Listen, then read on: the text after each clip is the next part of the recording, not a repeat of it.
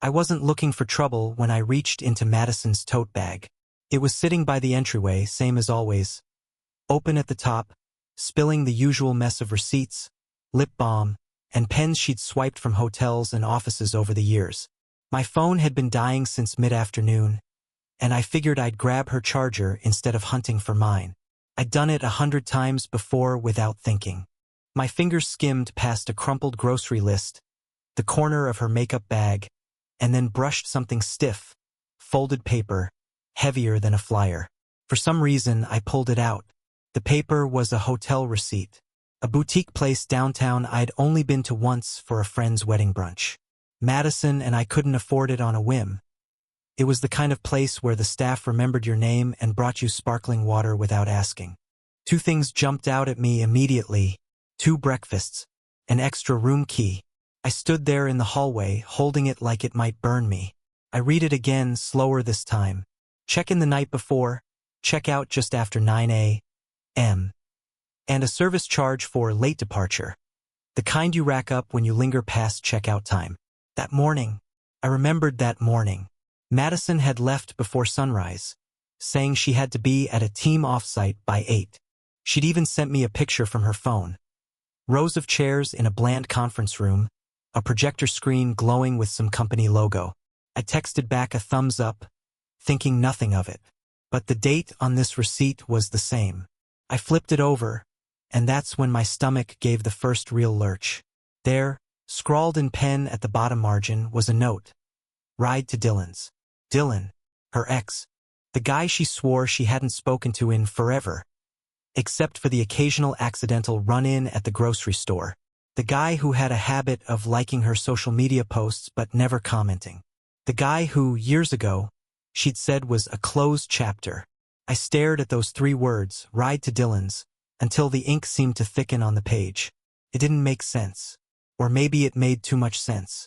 By the time Madison came home that evening, I'd gone over 100 scenarios in my head, each one trying to bend toward innocence and snapping back toward suspicion. The receipts, the timing, Dylan. The worst part was how easily my brain filled in the gaps without asking for proof. She came in late, close to 9 p.m. And the first thing I noticed was the faint scent of wine. Not the cheap stuff we kept for weeknights, but something richer, heavier. Her cheeks were flushed like she'd come in from the cold, except it was a mild night. She kicked off her heels and smiled like nothing in the world was wrong. I didn't bother easing into it. What's this? I asked, holding up the paper. She glanced at it, then at me, and I watched her expression change in increments. Surprise, then calculation, then something cooler. She took the receipt from my hand, scanned it briefly, and let out a small, almost amused exhale. Oh, she said, as if that explained everything. That's a mix-up from the corporate booking. They do group hotel blocks for events sometimes. Guess they printed the wrong details. 2 breakfasts, I asked, keeping my voice steady. For the meeting coordinator, she replied smoothly, tossing her bag on the counter. You know how they're always running around setting things up. They probably put everything under one name. And the extra room key? For the coordinator, too. Honestly, Andrew, this isn't some big mystery. And Dylan's address? That one landed. I saw the flicker just a fraction of a second, but it was there. Then she smiled again. Not warmly, but in that subtle, careful way you use when you're trying to convince someone they're being ridiculous. Andrew, come on, she said lightly, as if I'd asked her why the moon was made of cheese. It's just a coincidence. Dylan lives all over this city. What, you think he's the only Dylan? You're reading way too much into this. I'm reading what's on the page, I said, but it came out softer than I meant. She stepped closer, her voice gentling but carrying that edge I knew too well. You've been stressed lately. Work, the bills, everything. You're just seeing patterns that aren't there. You know how it is when your mind gets stuck on something. It was subtle, but I could feel it. The shift in footing, the way she was reframing the moment so I'd start doubting myself. This wasn't about the receipt anymore. It was about my stress, my overthinking. She kissed my cheek on the way to the bedroom, leaving me in the kitchen with the faint trace of her perfume and the paper still in my hand. I could have followed her, pressed harder, demanded an explanation that actually fit. But I didn't. I just stood there, staring at that receipt under the harsh kitchen light. The words 2 breakfasts and ride to Dylan's locked in my head like a song I couldn't stop hearing. And no matter how calm she sounded, no matter how much she tried to make me feel like I was chasing shadows, I knew what I saw. Coincidences don't usually come with 2 breakfasts. If the hotel receipt had been the first strange thing, maybe I would have believed her. But it wasn't. The truth is, little alarm bells had been going off for months. Quiet at first, easy to wave away. The kind of things you tell yourself are just quirks, temporary shifts, nothing serious. But looking back now, they line up like mile markers on a road I didn't realize I was traveling. It started with her location sharing. Madison had always had hers turned on. Not because we monitored each other, but because it was convenient. If she was stuck in traffic, I could see it. If I was running late, she could check where I was. One night, I noticed her icon had vanished. "Weird," she'd said when I mentioned it. "Must be some glitch with the app." The glitch never fixed itself. Then came the late-night brainstorms. She'd always been dedicated to her work, but suddenly there were evening strategy sessions that stretched until midnight. She claimed she was collaborating with colleagues in other time zones. Once, I asked her to show me some of the ideas they'd been working on, just curious, but she brushed it off with, "It's all boring spreadsheets, Andrew. Trust me, you'd hate it." A new credit card showed up after that. I didn't even know she'd applied for it until I found the envelope in the recycling. When I asked, she said it was for tracking business expenses separately. I didn't push. After all, couples keep their finances slightly apart all the time. But the statements never came to the house, and I didn't see a single charge from her actual office. Message threads on her phone started vanishing, too. She's always been one to clean up her apps, deleting old photos, organizing her emails. But there was something different about this. Conversations that should have been there, plans with friends, group chats were gone entirely. She claimed she'd archived them. I didn't even know you could archive text messages. Weekends became their own puzzle. She used to save Saturdays for us, errands in the morning, maybe a movie at night. But then she started labeling them friend days. Sometimes it was brunch with an old college roommate. Other times it was hiking with a friend from the gym. She never invited me along. When I'd ask how it went, she'd smile vaguely and say, "It was great," and then change the subject. Speaking of the gym, her gym bag moved into the trunk of her car and stayed there. It was odd, considering she'd always kept it in the hallway closet. "Saves me a trip," she explained, but it meant I never saw it in the house anymore. Never saw the shoes, the towel, the clothes. Gifts I'd given her started disappearing. The scarf from our trip to Portland. The earrings from her last birthday.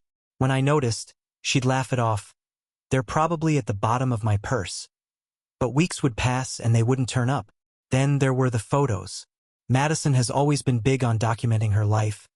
Selfies with friends, pictures of her coffee, snaps *TS of whatever she was wearing that day. I used to pop up in them all the time. Lately, though, her posts looked like they belonged to someone single. Group *TS at bars. Candid laughs with friends. Stylish solo portraits. Not one photo of me in months. At home, the air between us cooled. It wasn't a fight, not exactly, just a slow erosion. We still had conversations, still cooked dinner together sometimes, but there was a detachment in her eyes. Like she'd already put a wall up and was deciding how much of herself she wanted to let through. None of these things, on their own, would have been enough to convict her. But together they formed a pattern of curated distance, of building an outward image of freedom and fun, while keeping me in the shadows. It was subtle, almost elegant in how it unfolded. Every change had a plausible reason. Every gap in the story had just enough filler to keep me from pulling too hard. And every time I felt the urge to confront her, I'd remember how easily she'd brushed off the hotel receipt, how she'd made me feel like the paranoid one, and I'd hesitate. Still, I started keeping mental notes. Times, dates, details. Not because I wanted to catch her in a lie, but because I needed to know if I was imagining things. The worst part was that, in public, we still looked fine. Friends would see us at a party or a barbecue and say, "You two are perfect together." She'd smile and agree, slipping her arm through mine for the benefit of whoever was watching. I'd smile too. But the moment we were in the car, her hand would slide away. I told myself I was overthinking, that people grow and change, that relationships ebb and flow. But in the quiet moments, brushing my teeth at night, sitting on the couch while she typed away on her phone, I could feel it. Something was pulling her farther and farther from me. And I knew that sooner or later, I'd see where that distance ended. I think deep down I already knew. The pattern had been too steady, too deliberate, for it to be nothing. But there's a difference between suspicion and proof, and until that line is crossed, you can almost convince yourself you're imagining things. That line got crossed on a Tuesday morning. It started with the smart lock app. Madison had insisted we get one a year ago. Her pitch was that it was more convenient than keys. You could give temporary codes to friends, unlock it from your phone, get alerts when someone came or went. I never used those features much, but the data was all still there, quietly keeping score. While she was in the shower, I opened the app. I don't even know why, just a restless impulse. I scrolled through the log for the past week. She told me she got home from work drinks at midnight last Friday. The app told a different story. 4:52 a.m. I stared at that timestamp, replaying how she'd slipped into bed that night without a word. Her hair damp, her skin smelling faintly of some soap I didn't recognize. The next day, I took it a step further. Our neighbor, Karen, has a camera pointed at the street for her security system. I told her someone had been prowling around late at night, half a lie, and asked if she could check her footage from last Friday. She invited me in, pulled up the files, and there it was, 10:37 p.m. Madison walking down the block in a black coat I'd never seen, heading toward the corner. Then, at 4:48 a.m. the same coat, the same stride, coming back from the opposite direction. She wasn't carrying her work bag. She wasn't even wearing the same shoes. I recognized the building she'd been walking toward. It was in the background for a few frames before she disappeared from view. Dylan's. I felt my face go hot.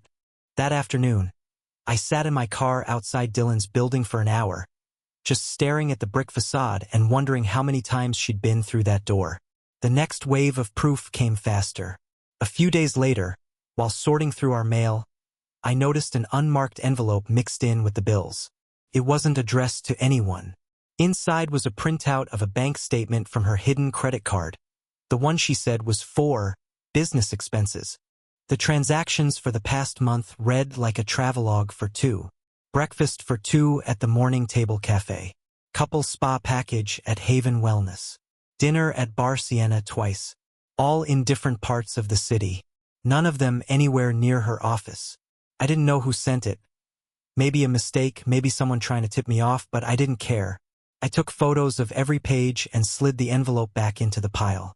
That same week, the final nail came.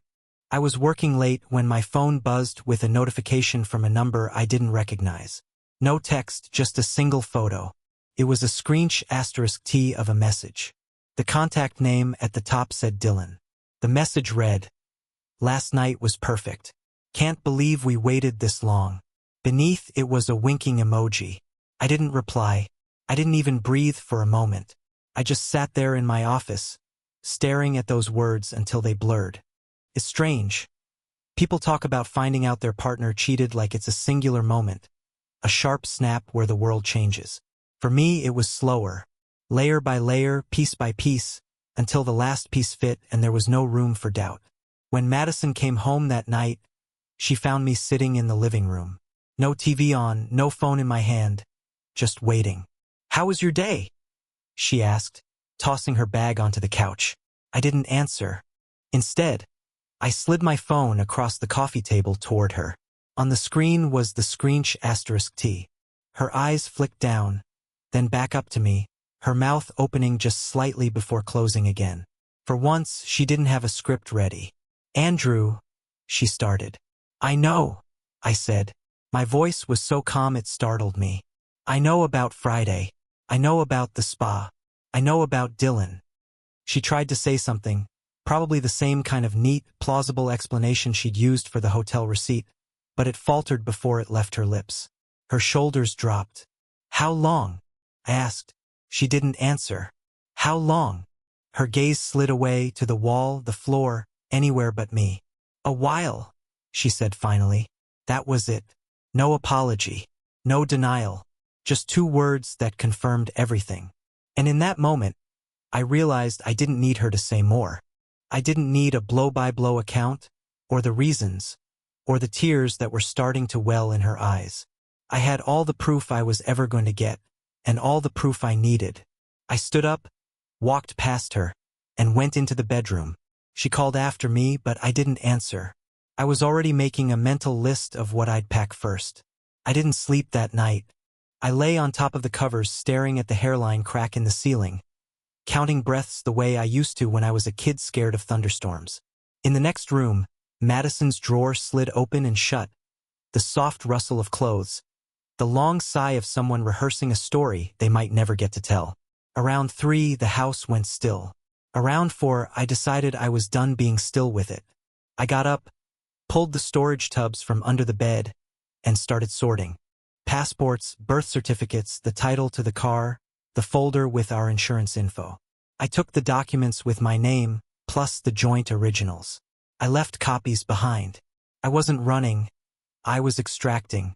The letter came next. I made coffee, sat at the kitchen table where we used to plan vacations and grocery lists, and wrote until the cup went cold. No poetry, just the facts and what they'd done to me.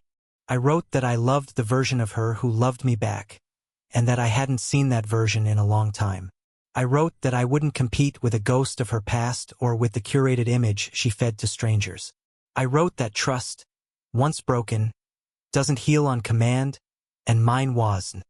I set the letter aside and packed a single duffel. 3 shirts, 2 pairs of jeans, socks, underwear, my running shoes, the old college hoodie. I took my laptop, my spare car key, the external drive with all my photos. I left the framed pictures on the wall. The memories could keep their frames. I needed space. At dawn, I went room by room with a quiet practicality. I pulled my name off our joint accounts and froze the card she'd opened in secret by calling the bank and confirming the transactions weren't mine. I moved my direct deposit to an old account I'd never used. I turned off location sharing. I changed the recovery email on my phone plan, then printed the confirmation like it was a receipt for leaving. The uncle's cabin had always been a running joke in my family. A weathered place on the coast with wavering cell service and a deck that looked straight into the wind. "If the world ends," my uncle liked to say, "you'll find me there with a can of beans and a better view than God." It was 3 hours away if you drove slow. I didn't. Before I left, I placed the letter in the middle of the kitchen table and set her ring, my ring for her, on a white coffee saucer we'd bought at a thrift store on our first apartment hunting weekend. I centered it like a compass before a bearing. Her keys were in a bowl by the door. I left those too. I took one last look around. The couch where we'd fallen asleep during movies. The succulent on the windowsill clinging stubbornly to life. The scuff on the baseboard from the time we tried to move the dresser without measuring. None of it asked me to stay. None of it promised change. I slid the duffel into the trunk and started the car just as the sky bled from navy to gray. My hands shook hard enough that the steering wheel vibrated. I told myself it was the caffeine. I told myself I was choosing health, not punishment. That quiet could be courage. That walking away wasn't failure if the house was already empty of what I came for. By the time the city thinned into fields and billboards, my phone started lighting up. First a text from Madison. "Where are you?" Then another, "We need to talk. Please don't do anything drastic." I didn't answer. A call from her came a minute later. Then another. Then 3 in a row. I turned the phone face down in the cup holder and let it buzz itself out. The coast announced itself the way it always does.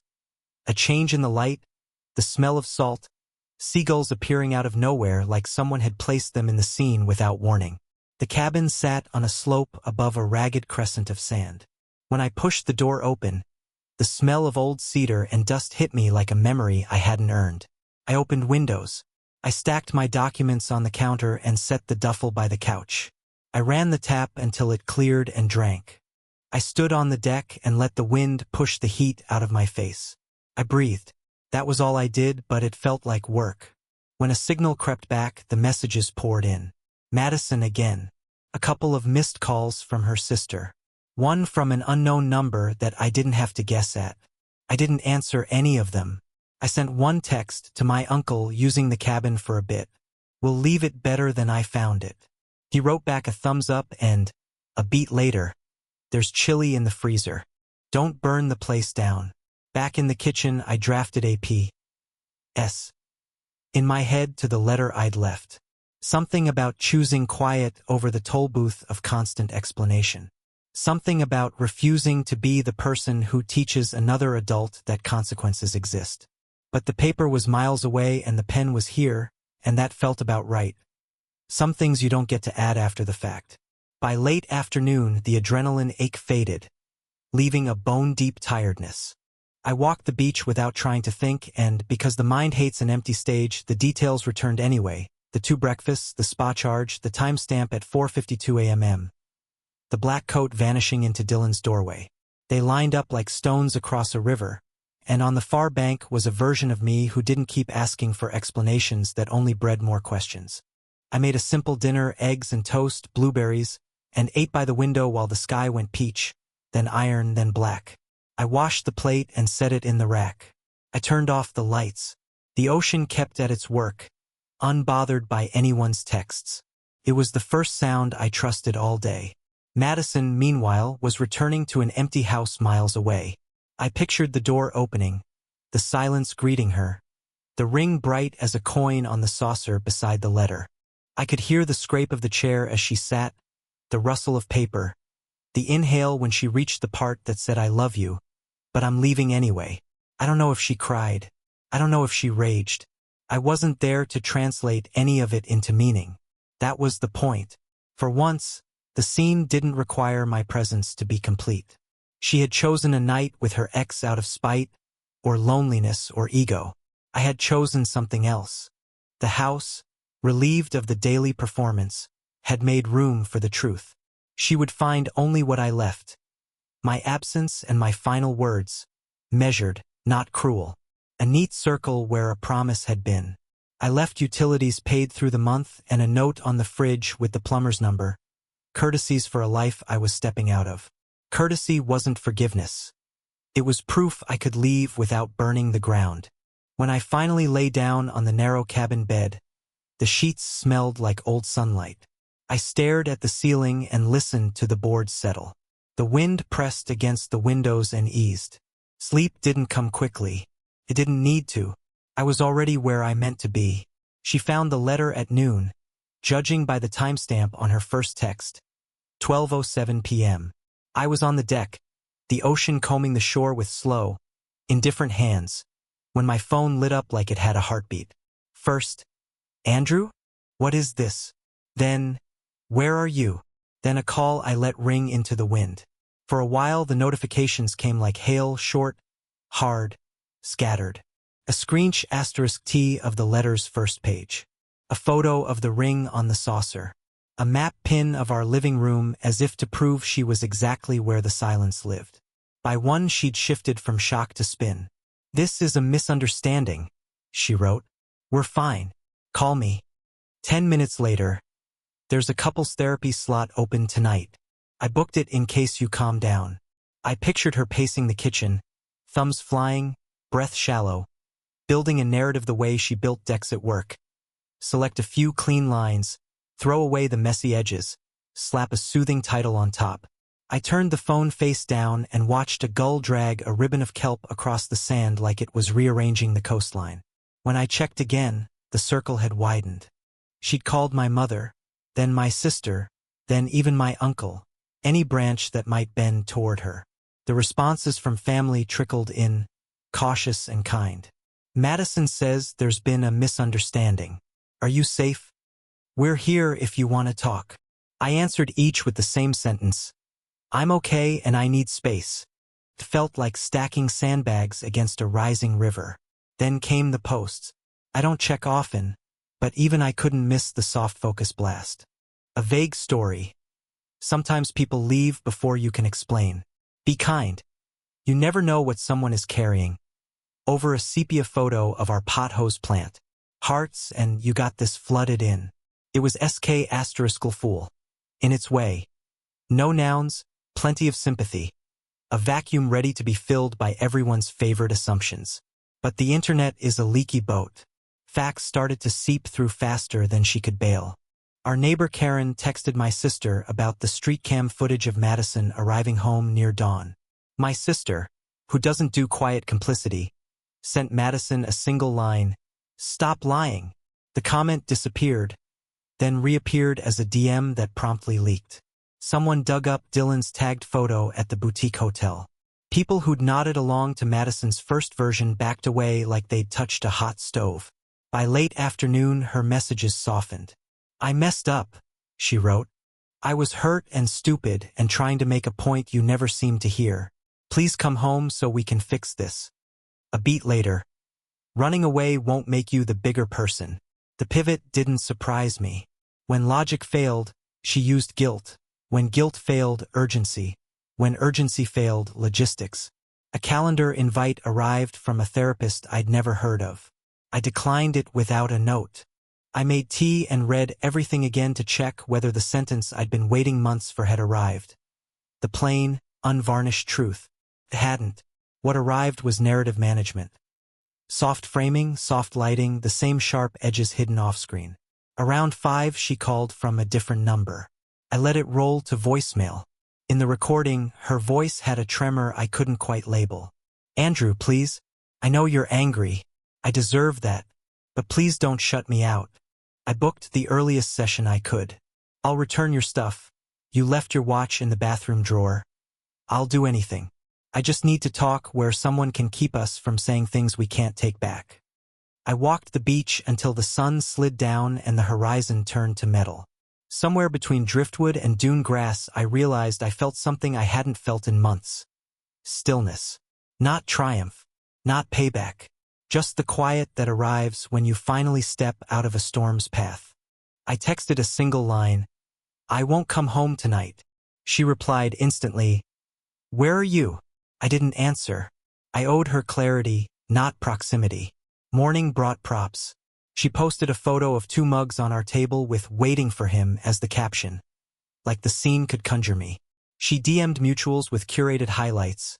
Vacations, favorite recipes. The dog we always said we'd adopt someday. So my leaving could be framed as a blip, not a boundary. She even called my boss, leaving a message dressed as worry. He forwarded it with a note. "If you need time, take it." I took it. When sympathy didn't give her leverage, she tried morality. "Please stop scaring people," she wrote. "This is irresponsible." The word used to work on me. I pictured the 2 breakfasts, the couple's spa, the 4:52 a.m. Unlock, the neighbor's clip of her coming from Dylan's direction, the grinning text. "Last night was perfect." I replied, "I'm not scaring anyone. I'm telling the truth by refusing your version." Then I made eggs and ate them slowly.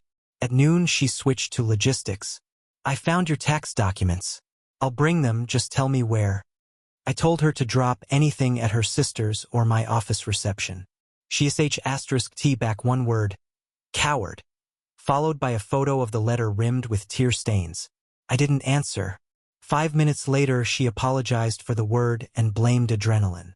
I still didn't answer. By mid-afternoon the social weather changed. The hearts thinned out. A friend commented, "We love you both. Honesty helps."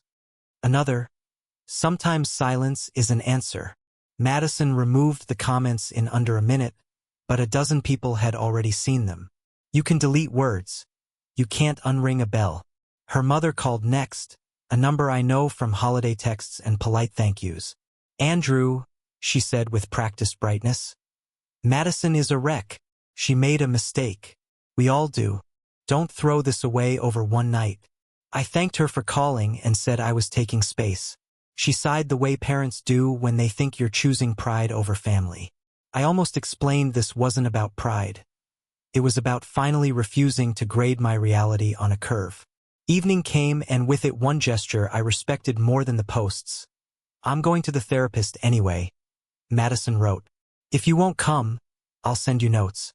The idea that minutes from a stranger could repair what proof had demolished was absurd, but at least it was effort pointed inward.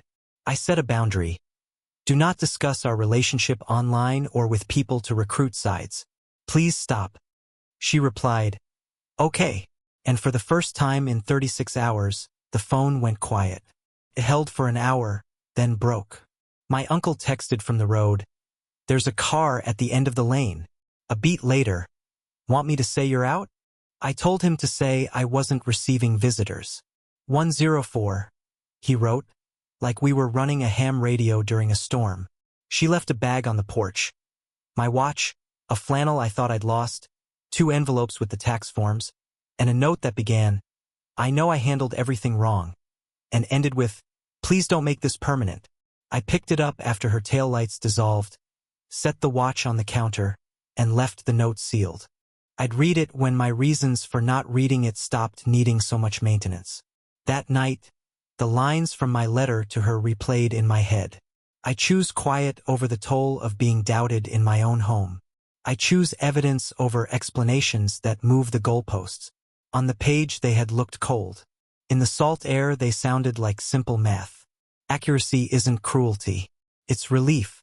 By the time I lay down, I understood the engine humming beneath her panic. She wasn't only trying to get me back. She was trying to regain control of the story that kept her image intact. Without my habit of smoothing things over, her version had to stand on its own legs, and facts kept kicking at the knees. I didn't need to teach her a lesson or orchestrate a scene. The truth was already doing the work. I silenced the phone, let the ocean keep time, and slept with my back to the window, pointed toward a life where my worth didn't depend on how convincingly I cowl.